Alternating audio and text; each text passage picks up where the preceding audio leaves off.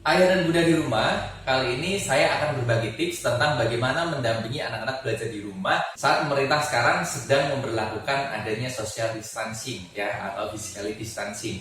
Yang imbasnya saat ini adalah semua sekolah formal dan semua kegiatan apapun itu semuanya diliburkan, diganti dengan belajar di rumah, bekerja dari rumah dan juga beribadah di rumah. Namun setelah kita melihat beberapa kondisi saat ini, ternyata ada beberapa orang tua yang sudah mulai cukup kebingungan bagaimana saya harus mengajarkan anak-anak saya. Saya tidak terbiasa nih dengan beberapa materi-materi pelajaran di sekolahan. Oke, kami di Bintang Mulia Homeschooling sebelum ada instruksi untuk social distancing ini, belajar di rumah, bekerja di rumah, dan juga beribadah di rumah, kami sebetulnya sudah memiliki program terkait dengan pembelajaran jarak jauh. Kami akan sedikit memberikan wawasan kepada kawan-kawan yang menonton video ini sehingga nanti punya ide ketika mendampingi anak-anak belajar untuk di rumah.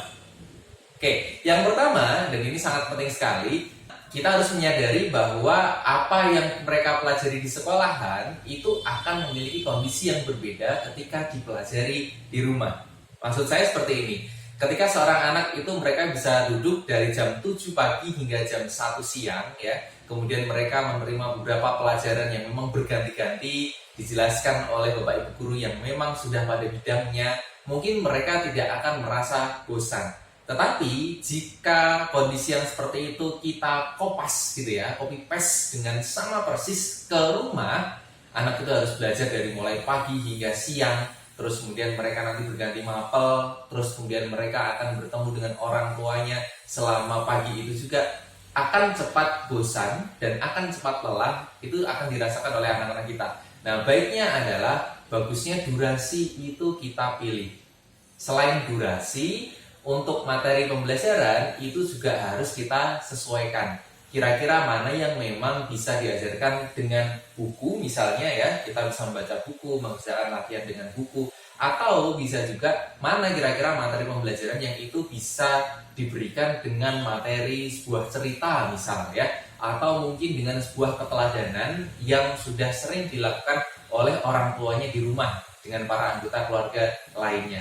Ini harus diketahui bahwa harus ada pembedaan antara metode di sekolah, metode di kelas, dan juga metode di rumah. Semuanya tidak bisa langsung kita kopas begitu saja, karena ini nanti tanggungannya adalah anak-anak ini pasti akan bosan. Nah, prediksi kami ternyata terbukti. Pemerintah pada awalnya itu meminta untuk social distancing ini bagi lembaga pendidikan itu kurang lebih selama 14 hari atau kurun waktu 2 minggu.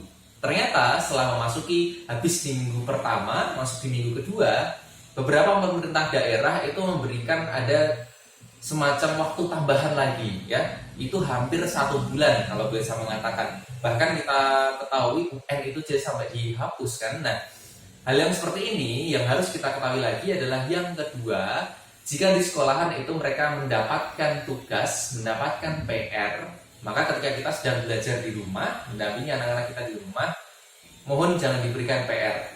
Ya, kita harus tahu bahwa dia itu sudah sebegitu tertekannya, sudah sebegitu bosannya, tidak bisa keluar rumah. Yang dia hadapi hanyalah kegiatan yang ada di dalam rumahnya, sehingga itu harus dipahami bahwa PR itu harus ditiadakan. Kemudian kalau semisal kita bertanya-tanya, kalau semisal tidak ada PR, bagaimana saya harus mengetahui kompetensi anak saya ini itu sudah meningkat pada mata pelajaran tertentu. Nah, baiknya PR ini diganti dengan penugasan yang sifatnya itu dia adalah aktif ya, active learning. Jangan hanya mengerjakan, tetapi juga nanti akan saling ngobrol, ditanya, feedbacknya kita bisa melihat bahwa Ananda ini itu sudah mengetahui pokok permasalahan dari substansi materi ini atau belum. Nah, yang ketiga, silakan ayah dan bunda semuanya bersabar ya.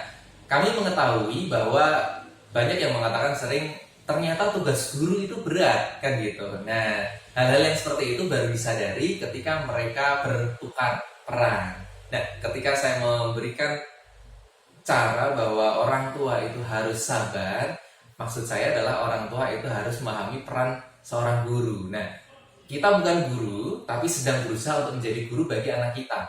Kadang yang kita tidak sadari adalah kita itu terlalu memaksa anak untuk paham saat itu juga, untuk mengetahui pada saat itu juga setelah selesai kita menerangkan.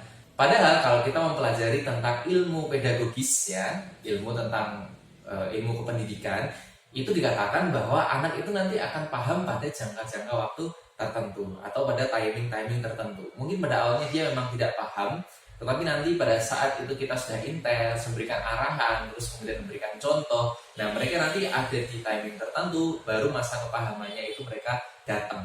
Nah, itu kawan-kawan ya, silahkan coba untuk dipraktikkan, lebih sabar lagi, terus kemudian jangan kemana-mana dulu ya, artinya tetap stay di rumah dulu. Kita bantu pemerintah supaya angka para orang-orang yang terkena COVID-19 ini dia tidak naik jumlahnya. Karena kita khawatir kalau jumlahnya ini naik ya, petugas kesehatan kita, sarana kesehatan kita, dan juga semuanya hal terkait medis, kita jumlahnya tidak memadai, sehingga nanti banyak yang terbengkalai, sehingga nanti bisa banyak juga malapetaka yang lebih mengerikan daripada ini ya.